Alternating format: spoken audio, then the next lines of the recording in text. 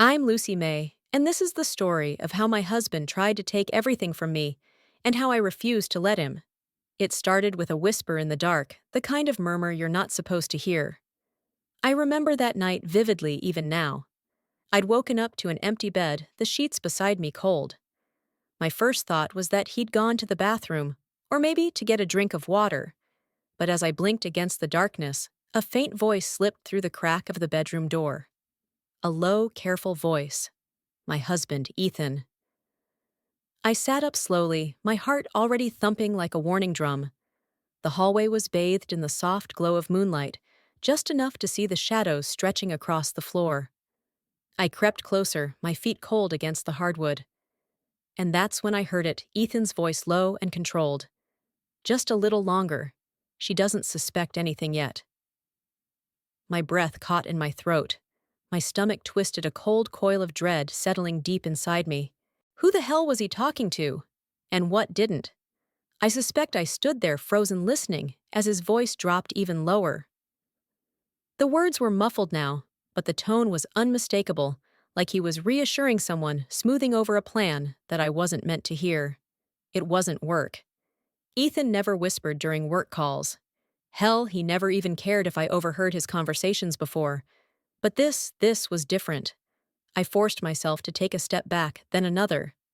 I slipped back into bed just as his footsteps drew closer. My pulse was a drumbeat in my ears. When he walked in, I pretended to be asleep, my breathing slow and even.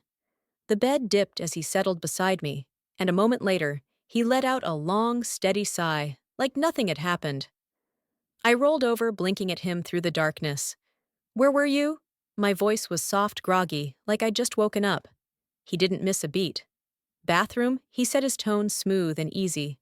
A lie. "And the phone call, just a client," he added before I could ask. Some late-night details to iron out. I watched his face carefully. Ethan had always been a smooth talker, but I'd been with him long enough to see the flicker of something in his eyes, a glimmer of guilt that he buried just as quickly. Maybe it really was work.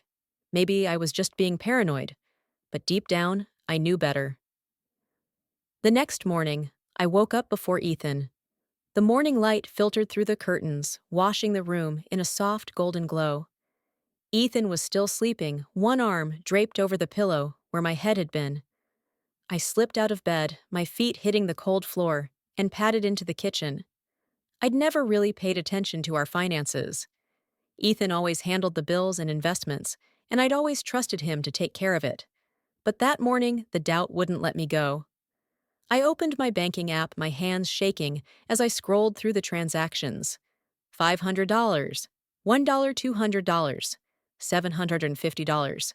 A dozen small withdrawals, each one just enough to slip under the radar. My gut twisted tighter with every line. These weren't bills or investments, these were lies. I heard footsteps behind me, the creak of the floorboard that I knew by heart. I locked my phone and turned to see Ethan leaning against the doorway, his hair tousled from sleep. "Morning," he murmured, his voice warm and casual. "What's for breakfast?" I set my phone down, my fingers trembling. "I was about to ask you the same thing." He smirked, pushing off the doorway and moving to the coffee maker. "Guess it's your turn then." I watched him as he poured his coffee, his free hand resting on the counter, like he didn't have a care in the world. My heart was pounding so loud, I was sure he could hear it. "I checked our bank accounts this morning," I said, my voice even. He froze just for a fraction of a second. His hand tightened around the mug before he forced a chuckle. "Oh, everything good. There are a lot of small withdrawals," I said, crossing my arms. "Things I don't recognize." He shrugged, turning away to take a sip. "Just some small investments. Nothing to worry about." Investments. The word tasted like poison in my mouth. I didn't believe him, but I didn't push. Not yet. The rest of the day, I tried to pretend everything was normal. But Ethan was glued to his phone, taking calls in the other room. When he set his phone down, the screen was always face down. It was like a wall had sprung up between us, one I couldn't see over no matter how hard I tried. That night, I lay in bed staring at the ceiling. Ethan was next to me, his breathing slow and steady, his face calm. like a man with nothing to hide. But I knew better. I turned to him, watching the rise and fall of his chest. Am I being paranoid? I whispered into the dark. Or is something really wrong? But the silence answered me back, heavy and suffocating. The next morning, I forced myself out of bed. I went through the motions of my routine, brushing my teeth, making coffee, answering work emails. But my mind wasn't in any of it. My mind was on that whisper in the dark, on those small withdrawals that didn't belong. Then Ethan walked into the kitchen, smiling like the night before hadn't happened. "Morning, babe," he said, pressing a quick kiss to my temple. I was thinking, we should probably get all our financials in order. Just in case. I froze my fingers, tightening around my coffee mug. In case of what I asked, trying to keep my voice calm. He leaned back against the counter, taking a sip of his coffee. Emergencies. You never know, right? We should have all our accounts and passwords in one place. Just to be safe. My heart thudded in my chest. Ethan had never cared about my personal accounts before. We'd always kept things separate, my money, his money, and the joint account for bills. But now he was so interested. "Yeah," I said slowly. "I guess I can put something together." He smiled, that easy, charming smile he'd perfected over the years. Perfect. But behind that smile, I saw it. A flicker of something dark, something calculating. I told myself I was imagining things, but deep down, I knew the truth. This wasn't about emergencies. This wasn't about us. This was about him, and I wasn't going to let him win. The next day, I woke up determined. No more second-guessing myself. No more playing the sweet, clueless wife. If Ethan was planning something, I needed to be 2 steps ahead. I spent the morning pretending everything was normal, packing his lunch, asking about his meetings, brushing a kiss across his cheek as he left for work. But the moment the door shut behind him, I exhaled, my entire body trembling with a nervous energy I'd never felt before. I opened my laptop and pulled up every account I had access to, joint personal credit cards I hadn't touched in months. Every line, every number, every name. I needed to know what I was up against. As I scrolled through the bank statements, I found more than I expected. Not just the small withdrawals, but transfers I hadn't noticed before, money funneling out of our joint account into accounts I didn't recognize. My name wasn't on those accounts, only Ethan's. My stomach flipped, but I forced myself to keep digging. I found an email thread buried in an old inbox I barely checked, between Ethan and a lawyer I'd never heard of. The subject line: contingency planning.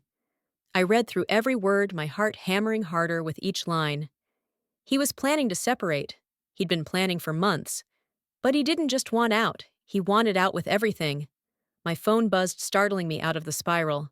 It was my best friend, Margot. "Hey," she said, her voice bright and steady. "Are we still on for dinner tonight?" "Yeah," I managed, trying to sound normal. "Of course." "Good," she said, pausing for a moment. "You okay? You sound off." I hesitated. I'd never hidden anything from Margot. She was the one person who always had my back. But this felt too big, too dangerous. "I'm fine," I lied. "Just tired." "All right," she said, not pushing. "See you at 7. I ended the call and stared at my reflection in the kitchen window. My eyes looked different, harder, colder. This wasn't me. This was the woman Ethan had turned me into. When Ethan got home that evening, he was the picture of calm. He walked in with that same easy smile, setting his briefcase down and leaning in for a kiss. "How was your day?" he asked, his tone casual. I forced a smile. "Productive." He nodded, pulling off his jacket and hanging it neatly on the hook. "I've been thinking," he said as he walked into the kitchen. "Maybe we should have a serious talk about the future." My pulse quickened. The future. He nodded, grabbing a glass and pouring himself some water. Long-term plans, where we see ourselves in 5 years. Maybe even, what happens if things don't work out? He said it so casually, like he was talking about the weather. I felt my stomach drop. "Sure," I said softly. "We can talk about that." He watched me, his eyes sharp, like he was trying to see how I'd react. I kept my expression neutral, letting the silence stretch between us. Finally, he gave me a small smile. "Good," he said. "I'm glad you're open to it." The rest of the night, I watched him like a hawk. Every smile, every touch. It was all an act. I knew it. And he knew I knew. After dinner, he excused himself to make a phone call. He stepped onto the balcony, closing the door behind him. I watched his reflection in the glass, the way his lips moved quickly, the way his hand tightened around the phone. I couldn't hear what he was saying, but I didn't need to. The conversation was too intense, too focused. He was planning something. When he came back inside, he gave me another easy smile, as if nothing had happened. "Everything okay?" I asked, my voice sweet. "Yeah," he said, brushing a hand over my shoulder. "Just work." I forced a smile and kissed his cheek. But inside, I was already planning my next move. The next morning, I met Margot for coffee before work. She was already waiting at our favorite spot, a cozy little place with chipped mugs and the best pastries in town. "You look tired," she said, studying me as I slid into the booth. I hesitated, then sighed. "It's Ethan." Her brows knit together. "What about him?" I took a sip of my coffee, letting the warmth steady me. "I think he's hiding something. Something big." Margot leaned forward, her eyes sharp. Like what I told her, everything, the whispers, the transactions, the late-night phone calls. By the time I finished, her expression had gone from concern to outrage. "Lucy," she said, her voice low, "you can't ignore this. You need to protect yourself." "I know," I said, my voice barely a whisper. "But I don't know how." Margot reached across the table, gripping my hand. "Start by gathering everything you can. Documents, emails, screenshots, whatever. If he's planning to screw you over, you need to be ready." I nodded, feeling a little stronger with her words in my ear. "I will." By the time I got home that night, Ethan was already there. He was sitting in the living room, his laptop open, his eyes fixed on the screen.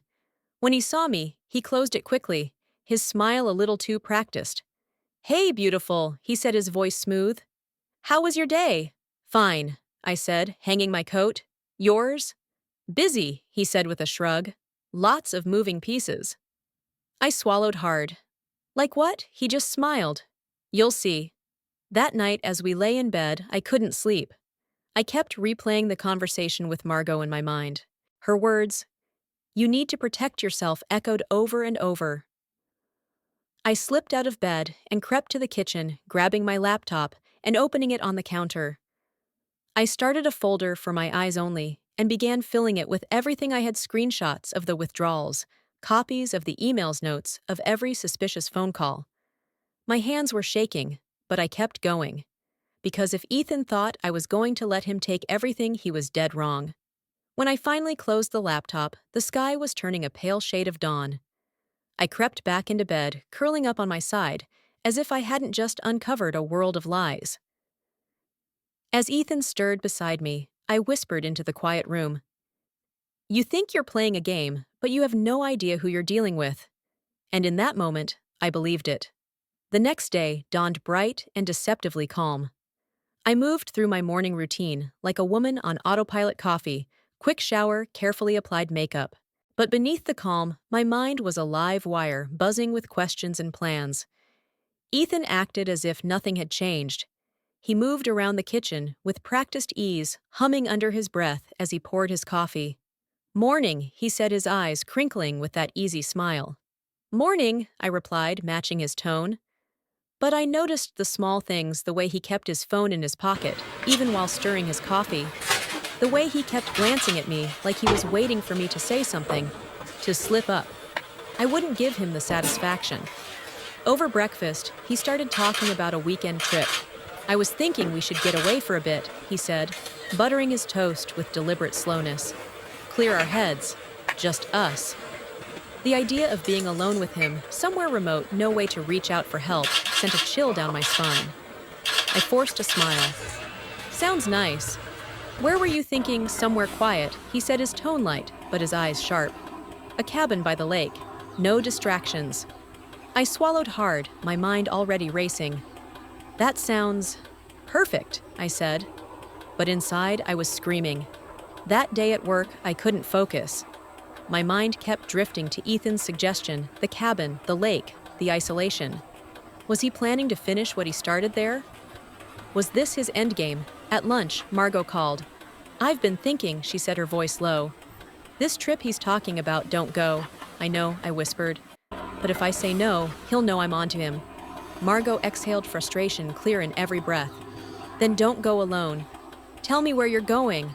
Send me everything. I will, I promised." "But Margot, he's getting more careful, more deliberate." "Then you need to be even more careful," she said, her voice steel. "Promise me you won't let him corner you. I promise." That night, I lay awake long after Ethan fell asleep. His breathing was deep and steady, like the calm before a storm. I slipped out of bed and padded to the kitchen, pulling up my folder for my eyes only, and adding every detail about the trip. Dates, locations, anything that could help if things went wrong. But as I sat there, a new thought wormed its way into my mind. What if he was already a step ahead? What if he knew I was gathering evidence? My hands shook as I closed the laptop. I had to be smarter. I had to be ready for anything. The next day, Ethan was waiting for me when I got home. He had a bottle of wine open, 2 glasses already poured. "Special occasion," I asked, lightly hanging my coat. He smiled, holding up his glass. "Just us," he said. "To us." I forced a smile and clinked my glass against his, taking a careful sip. The wine was good, smooth, rich, but it tasted like poison in my mouth. Ethan watched me over the rim of his glass, his gaze too steady. "You've seemed distracted lately," he said casually. "Have I?" I asked, feigning surprise. He shrugged, swirling the wine in his glass. "It's just, you've been different." I met his gaze, keeping my voice steady. "Maybe I have, but maybe it's because I've had a lot on my mind." He smiled, but it didn't reach his eyes. "Well, I hope this trip helps clear your head." I nodded, my stomach twisting. "Me too." The next morning, he sent me the details of the cabin, an old family friend's place, he said. "Remote, beautiful, perfect for a weekend of fresh air and relaxation." I copied every detail and sent it to Margot. "If you don't hear from me every morning," I wrote, "call the police." She responded instantly, "I'll be ready." As the day of the trip drew closer, Ethan grew more affectionate, more charming, like he was trying to lull me into a false sense of security. He'd cook dinner, brush my hair back, with a gentle smile, kiss me like he meant it. But I saw the calculation behind every gesture. The night before we left, he came home with flowers, sunflowers, my favorite. "For you," he said, pressing them into my hands. "To remind you how much I love you." I thanked him, my voice soft. But as I arranged the flowers in a vase, I couldn't shake the feeling that they were a funeral bouquet. We left early the next morning, the car packed with bags and a cooler of food. The drive was long, the landscape shifting from city streets to winding country roads. Ethan hummed along to the radio, tapping the wheel with his fingers, like he didn't have a care in the world. But every mile we drove, my heart beat harder. When we finally pulled up to the cabin, it was everything he promised: secluded, silent, surrounded by thick woods. The lake stretched out behind it, still and dark like a secret. "Beautiful, isn't it?" Ethan said, turning off the engine. "Yeah," I said softly. "Beautiful." Inside the cabin was cozy, warm wood, a crackling fireplace, soft blankets draped over worn couches. Ethan moved around with easy familiarity, setting our bags in the bedroom, opening a bottle of wine. But I was already scanning every window, every door. I needed to know how to get out if I had to. That night, he built a fire, and we sat in the soft glow of the flames. He poured us both another glass of wine, his gaze warm and soft. "To us," he said again, his voice low. I raised my glass, but my hands were steady steel. "To us," I echoed. He leaned in, brushing his lips against mine. And for a moment, I almost believed it. Almost. But then I saw it, a flicker in his eyes, the slightest hint of something cold and calculating. And I knew he wasn't done. This was only the beginning. When we finally went to bed, I lay in the darkness, my breath slow and controlled. Ethan's arm was draped over me, his body warm against mine. But I didn't sleep.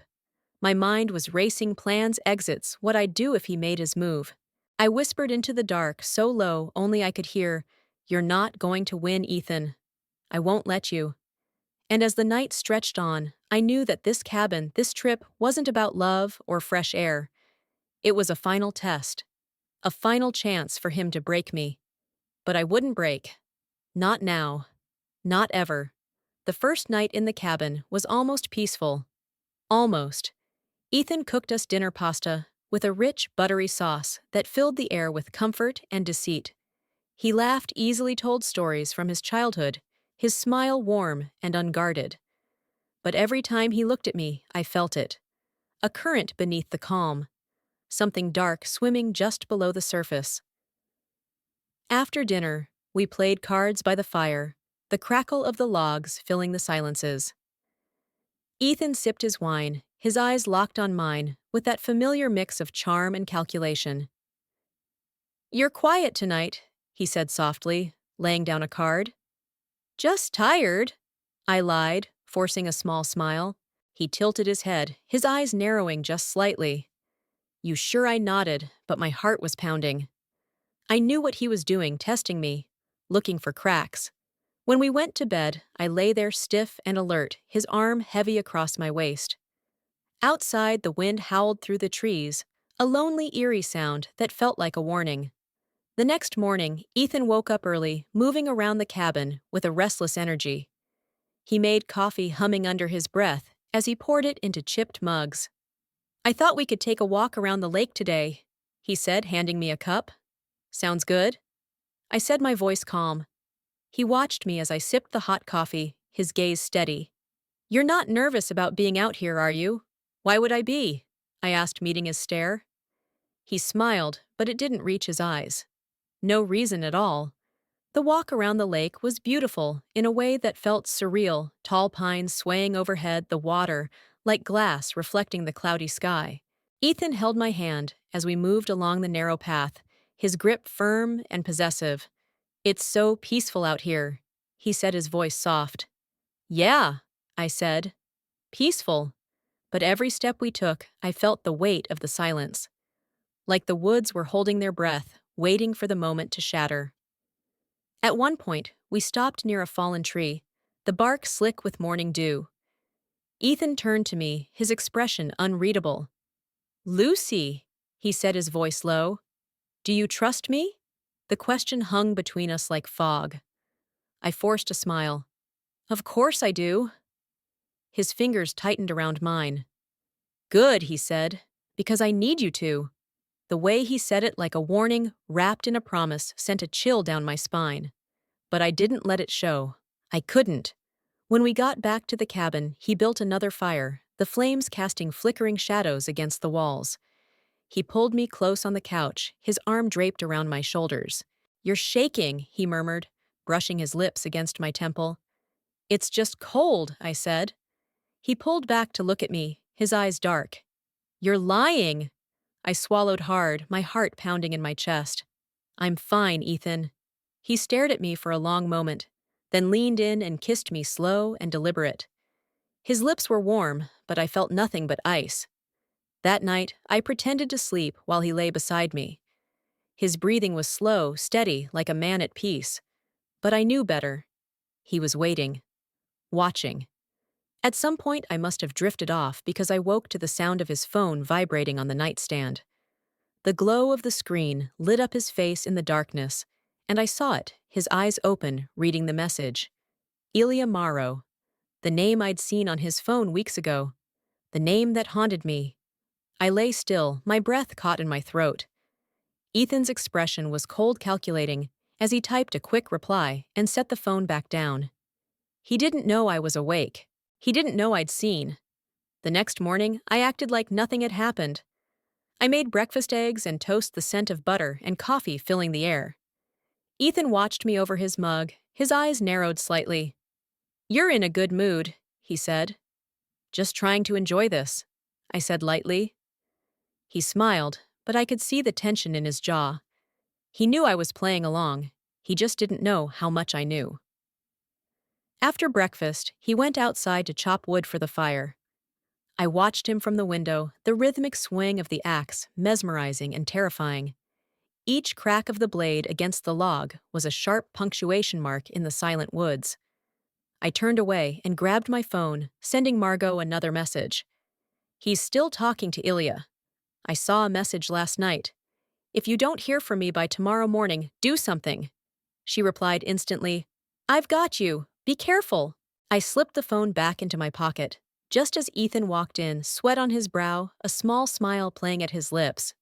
Everything okay? He asked, his voice too casual. Perfect, I said, matching his tone. That night, he suggested a game, truth or dare. The kind of game we used to play in college back when we were reckless and in love. Let's make it interesting, he said, his eyes glinting in the firelight. I swallowed hard. All right. Truth, he said, leaning back in his chair. Have you ever lied to me? I met his gaze, my heart hammering in my chest. Of course, I said with a soft laugh. Haven't we all? He tilted his head, studying me. What kind of lies? I shrugged. Small ones, white lies. He leaned forward, his smile slow and sharp. And what about big ones, Lucy? The kind of lies that can end everything. The question cut through me like a blade. But I didn't flinch. I guess I haven't had to tell those yet. He smiled, but it was a predator's smile. Your turn. Truth, I said. He hesitated just for a second. Are you happy here with me? The question was a trap. I could see it in his eyes. I forced a soft smile, my voice even. Of course I am. For a moment, the only sound was the fire crackling softly in the silence. Then, Ethan leaned back, his expression unreadable. Good, he said softly. Because I'd hate to think you're planning something. I smiled sweetly. Why would I be? But inside, I was already planning everything. Every step, every move. Because if Ethan wanted a war, I was ready. Morning came with a heavy sky clouds pressing low like a promise of rain. I moved through the cabin like a ghost, quiet and watchful. Ethan was already awake, brewing coffee, like nothing had changed. Sleep well? He asked, his voice light. I smiled faintly, like a baby. He watched me over the rim of his mug. I was thinking we should take the canoe out today, he said. The water's calm. My stomach tightened. A canoe. Open water, no one around for miles. I forced my voice to stay calm. Sounds nice? He smiled. Good. I'll get it ready. As he stepped outside, I slipped into the bedroom, my phone clutched in my hand. I opened my messages to Margot. He wants to take the canoe out. I'm scared, Margot. If you don't hear from me by noon, call for help. She replied instantly. I've got you. Don't let him catch you off guard. I tucked the phone into my pocket, my fingers trembling. I could do this. I had to. Ethan was already by the water, pulling the old canoe onto the shore. He looked up and smiled when he saw me. Perfect morning for it, he said. I nodded, swallowing the lump in my throat. Yeah. Perfect. The canoe was small, the kind you'd take out for a leisurely paddle. But to me, it looked like a coffin. I climbed in first, settling on the wooden seat as Ethan pushed us away from the shore. The lake was glassy and silent, the only sound the gentle splash of the paddle cutting through the water. Ethan's movements were smooth, practiced. He seemed perfectly at ease. I tried to match his calm, but my mind was racing. Every stroke of the paddle, every shift of the canoe felt like a countdown. About halfway across the lake, he paused, the paddle resting on his lap.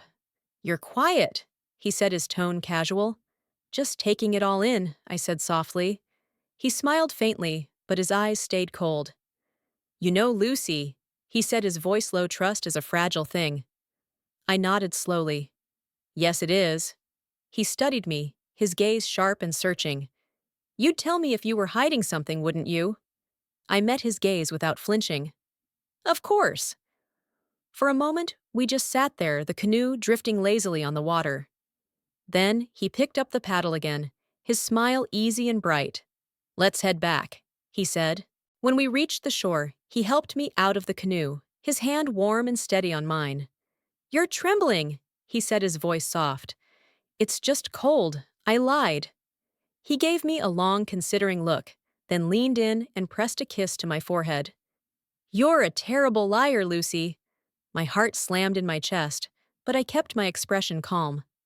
I guess I am. Back inside the cabin, he built another fire, the crackling logs filling the room with heat and light. He handed me a glass of wine, his fingers brushing mine. To us, he said again, his voice almost tender. I raised my glass, my smile practiced. To us. We drank in silence, the air thick with everything unsaid. After dinner, Ethan suggested a movie. He put on something we'd watched a dozen times before, a romantic comedy that used to make us laugh. But tonight, the jokes fell flat, the laughter forced. I watched him out of the corner of my eye, how his jaw tightened when he thought I wasn't looking, how his fingers drummed against his leg in an impatient rhythm. He was nervous. I could feel it. Halfway through the movie, he paused it and turned to me. Lucy, he said, his voice low. I want to ask you something. I forced my expression to stay neutral. Okay. Have you been going through my things? He asked, his tone soft, almost gentle. My pulse spiked, but I didn't let it show. Why would you ask that? Because I can feel it, he said. You've been distant. I met his gaze, my heart pounding. I haven't touched your things, Ethan. He held my stare for a long moment, then smiled faintly. All right. He unpaused the movie, but I knew the conversation wasn't over. Not really. That night, I waited until he fell asleep, his breathing slow and steady. I slipped out of bed and grabbed my phone, scrolling through my messages to Margot. I don't know how much longer I can keep this up, I wrote. He's getting suspicious. She replied instantly. Stay strong, I'm here. If you need to run, just run. I'll be there. I took a shaky breath, then put the phone away and crawled back into bed. Ethan stirred beside me, his arm tightening around my waist. You okay? He murmured. I'm fine, I whispered. But I wasn't. Not even close. The next morning, everything felt sharper. The air, the silence, even the way he looked at me. Like he was waiting for me to slip up.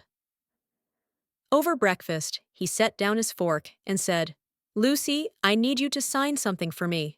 My heart stopped. Sign what? He pulled out a document, sliding it across the table. Just some paperwork. To make things easier if things go wrong. I picked it up, my hand shaking as I scanned the words. It was a property transfer. Everything in my name would be signed over to him. I looked up, my face calm. Why would I sign this? He shrugged, his expression unreadable. It's just a precaution. You know, peace of mind. I set the document down carefully. I'm not signing this. His smile didn't reach his eyes. Lucy, I don't think you understand. No, Ethan. I said, my voice steady. I don't think you understand.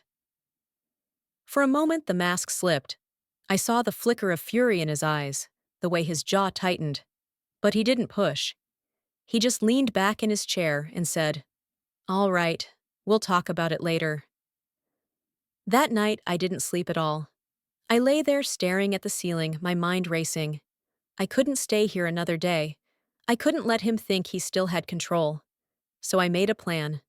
At dawn, I slipped out of bed and packed a small bag, my phone, my wallet, a change of clothes. I moved through the cabin like a ghost, every breath measured and quiet. When I stepped outside, the cold morning air burned in my lungs. The lake was still and silent, the sky a pale wash of gray. I started down the narrow path that led back to the main road, my heart pounding. Every step felt like freedom. Every breath felt like defiance. But just as I rounded a bend, I heard his voice behind me. Going somewhere, I turned slowly, my breath caught in my throat. Ethan stood there, his hands in his pockets, his smile cold and sharp. You didn't really think you could leave, did you? He asked, his voice soft. I swallowed hard, my fingers tightening around the strap of my bag. I'm not your prisoner, Ethan. He tilted his head, his smile never wavering. We'll see about that. And in that moment, I knew the final showdown had begun. Ethan's smile was cold as ice, his posture relaxed, like he had all the time in the world. I took a slow step back, my heart pounding so hard, I could barely hear over the rush of blood in my ears. Don't do this, Ethan, I said, my voice calm, despite the terror clawing at my chest. His smile widened a fraction. Do what? Make sure you're safe. That's all I've ever wanted. I gripped my bag tighter, my fingers digging into the fabric. Safe. You're trying to control me, to take everything I have, my life, my freedom. His eyes flickered just for a second. I'm doing what I need to do. No, Ethan, I said, my voice gaining strength. You're doing what you want to do. But I won't let you. The path behind me was narrow, but I knew where it led back to the main road, back to safety. I took another step, my breath tight in my throat. Ethan moved forward too, his hand slipping into his jacket pocket. Lucy, he said softly, don't make this harder than it has to be. I'm not, I said, my voice steady. I'm done letting you control me. For a heartbeat, we just stared at each other, the silence crackling like a live wire. Then, in one sharp motion, I turned and ran. I didn't look back. My feet pounded the dirt path, the cold air biting at my skin. I heard him shout my name behind me, but I didn't stop. Every step was a promise to myself I would not be broken. The trees blurred past me, the lake vanishing behind a curtain of pines. My breath tore through my chest in ragged gasps, but I kept going, pushing past the fear, the exhaustion, the doubt. At last, I burst onto the main road, the gray pavement slick with morning mist. I didn't stop. I kept running, my eyes scanning for a car, a sign of life. Then I saw headlights, an old pickup truck coming around the bend. I ran into the road, waving my arms, praying they would see me. The truck screeched to a stop, the driver's window rolling down. You okay, miss? The man inside called, his face creased with concern. Please, I gasped. I need help. I need to get out of here. He nodded, throwing open the door. Get in. I scrambled into the passenger seat, slamming the door shut behind me. As we pulled away, I glanced back at the path. Ethan stood at the edge of the trees, his expression dark and furious. But I didn't look away. I held his gaze silent and steady until the trees swallowed him whole.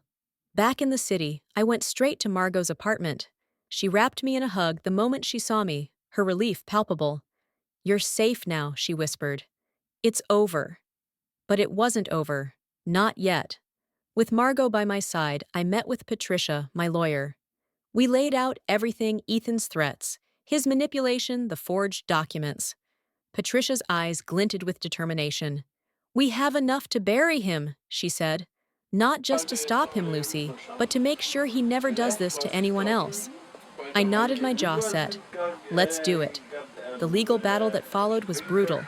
Ethan tried everything to twist the story, to paint himself as the victim. But the evidence was overwhelming, and when the final ruling came down, it was clear and final. Ethan lost everything.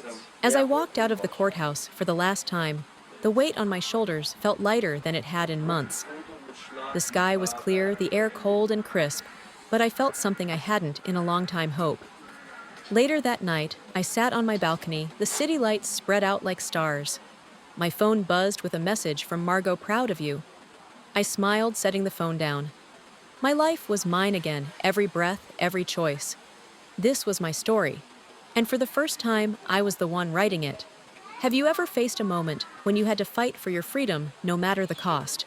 Tell me your story in the comments. And if Lucy May's journey inspired you, hit that subscribe button and ring the notification bell. There's so much more to come. Stay strong, stay smart, and never let anyone take away your power.